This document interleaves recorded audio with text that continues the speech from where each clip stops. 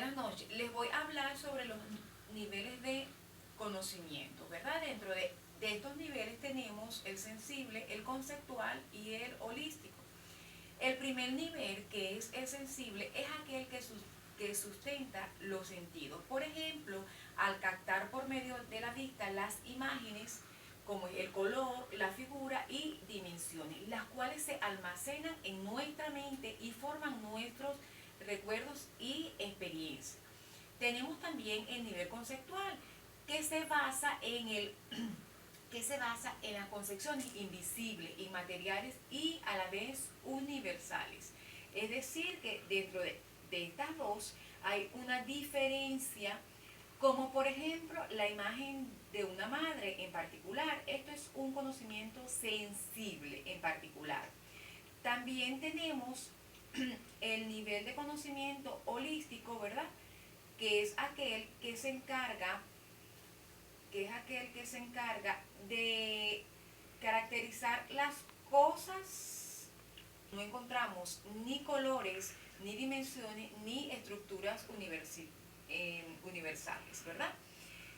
Estos son los tres tipos de niveles de conocimientos que se pueden resaltar. También tenemos las fases y las formas de conocimiento, ¿verdad? El conocimiento humano presenta en dos niveles o fases, aunque diferenciadas formas.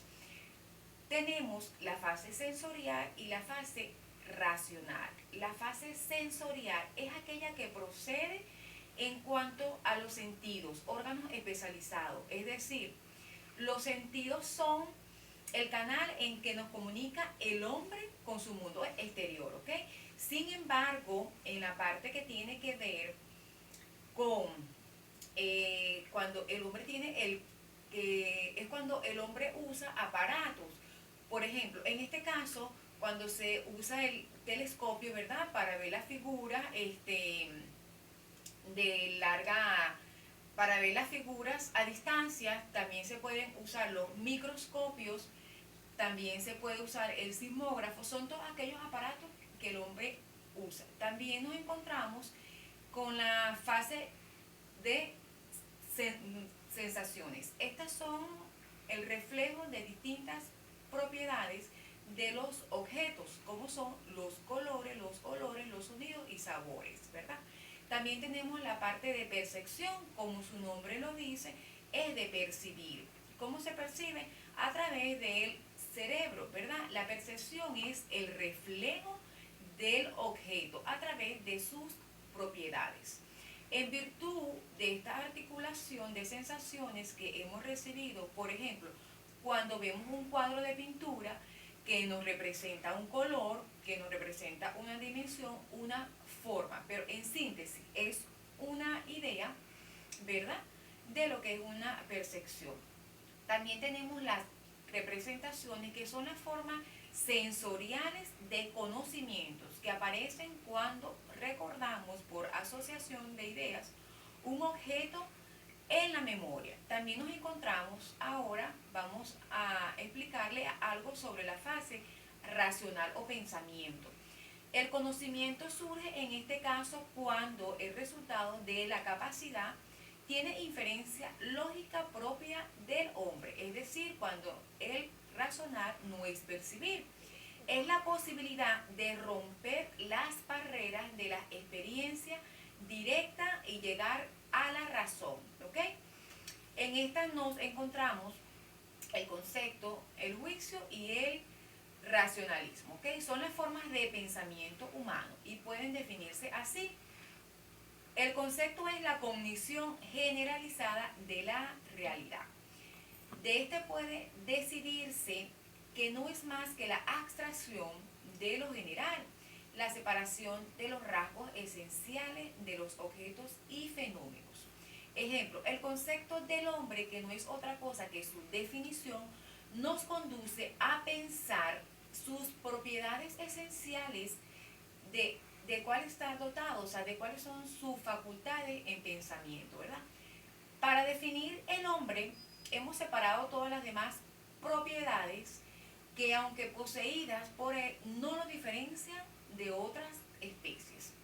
El juicio, ¿qué es el juicio?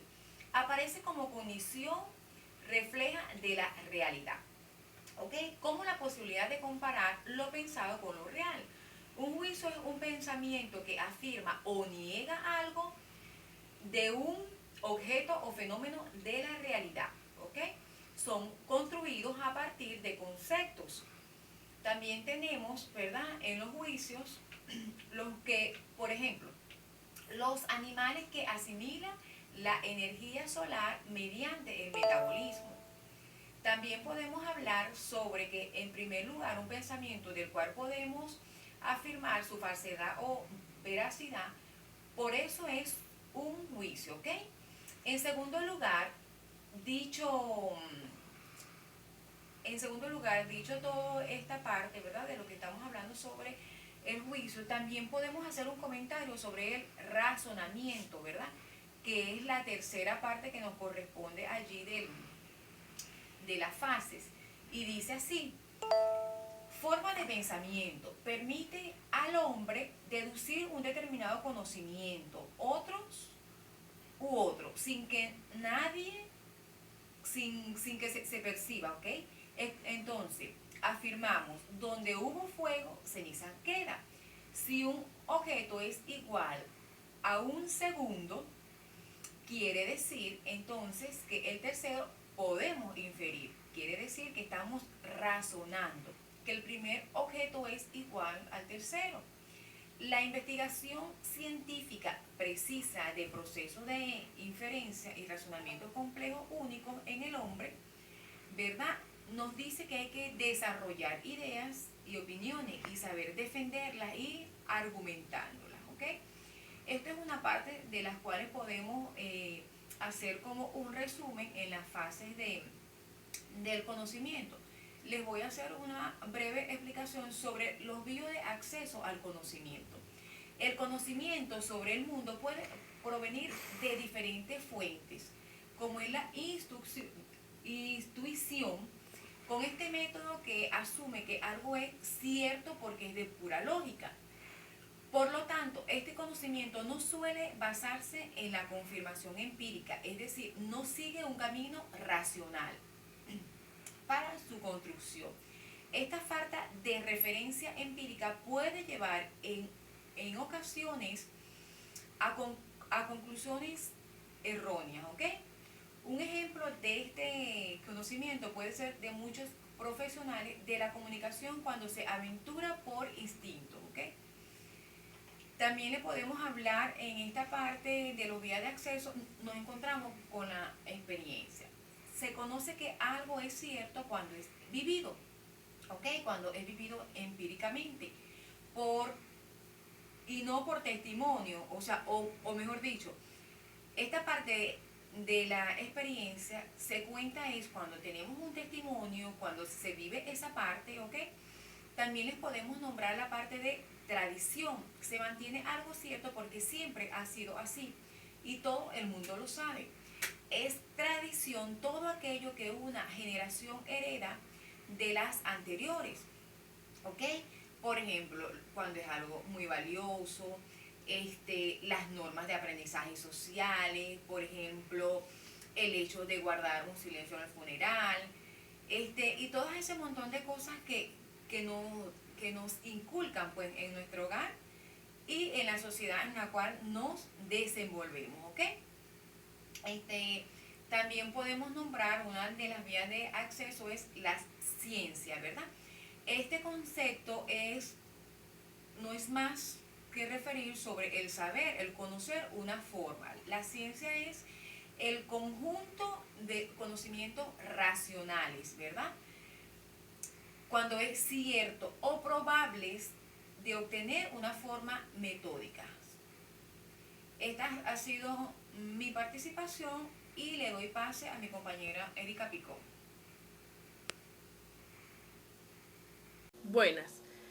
Continuando con el diálogo que llevamos, voy a hablar en cuanto a los factores que intervienen en el contexto gerencial educativo. Entre ellos tenemos los estadios organizativos, la creación y gestión del conocimiento en las organizaciones y los departamentos y equipos educativos como espacios del conocimiento.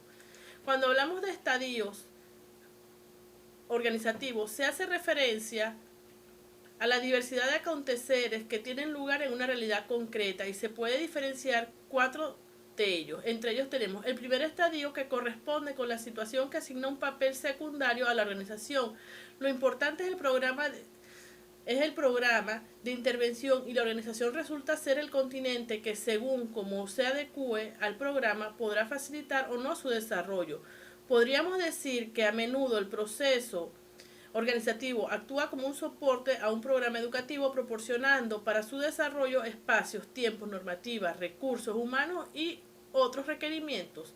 Así actúa como continente de la acción educativa y no siempre contribuye a ella de forma positiva. El segundo estadio implica una posición activa por parte de las organizaciones. Existen directrices institucionales explícitas recogidas en el papel, en el proyecto educativo, proyecto curricular u otras propuestas que definen las metas de la organización.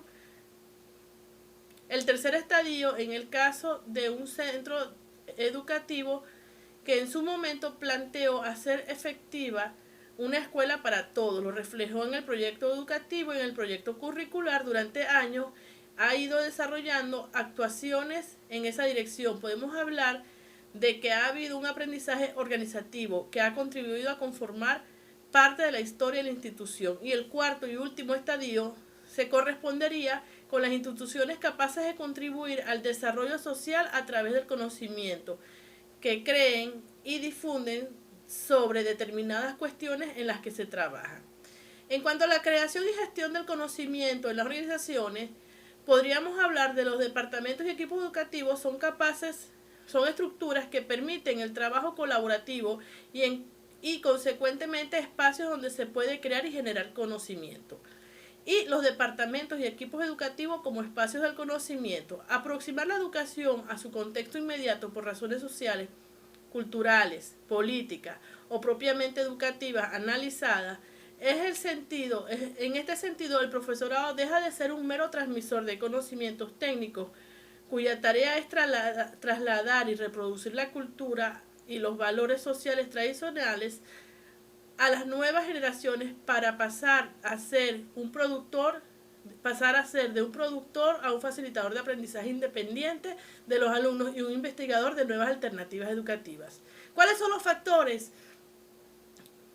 que contribuyen al éxito del conocimiento? Entre ellos tenemos cultura orientada al conocimiento. Una cultura favorable y compatible con la gestión del conocimiento es fundamental para garantizar el éxito de los proyectos. Infraestructura técnica e institucional. Implementar un sistema de gestión del conocimiento es más sencillo y ágil si se dispone de una adecuada infraestructura tecnológica y se cuenta con el personal competente para hacer un buen uso de ellas.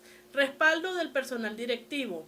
En un proyecto que afecta al conjunto de la organización, el apoyo de los equipos directivos resulta fundamental para disponer de posibilidades de éxitos. Orientación del proceso. Se recomienda una orientación diagnóstica que se oriente en el desarrollo del proceso y permita tener una buena idea de los destinatarios y participantes, de la satisfacción que se va generando y de la calidad de lo que se ofrece. Claridad de los objetivos y lenguaje. Es necesario claridad a aquello que se desea conseguir y por consiguiente los objetivos que se pretenden alcanzar. Prácticas de motivación. Resulta fundamental motivar e incentivar a los participantes de la organización para que compartan el conocimiento, lo utilicen y lo generen de forma habitual. Estructura de conocimiento. El conocimiento se debe estructurar de manera que sea flexible para que realmente pueda ser útil. Y las limitaciones en la gestión del conocimiento podríamos nombrar las siguientes. Ausencia de objetivos. Primera. Segunda, ausencia de la planificación. Hay que evitar caer en el peligro de centrarse y verter excesivos esfuerzos por recursos únicamente en la planificación de pruebas piloto, olvidando la posterior extensión de los procesos y proyectos de la gestión del conocimiento al conjunto de la organización. Responsabilidades difusas es el tercero. Se puede caer en el fracaso de la gestión del conocimiento si no se clarifican y establecen las responsabilidades concretas. Cuarta, Contextualización. Los proyectos y procesos de gestión del conocimiento no son generables. Quinta, confusión conceptual. En ocasiones se confunde la gestión de la información con la gestión del conocimiento y se utilizan tecnologías potencialmente válidas para los procesos de gestión del conocimiento como simples almacenes de documentos de la organización. Sexta, falta de cultura adecuada. La ausencia de una cultura adecuada puede llevar incluso a considerar el conocimiento como un tabú, aconsejando utilizar eufemismos como mejores prácticas, estudios compartidos, etc.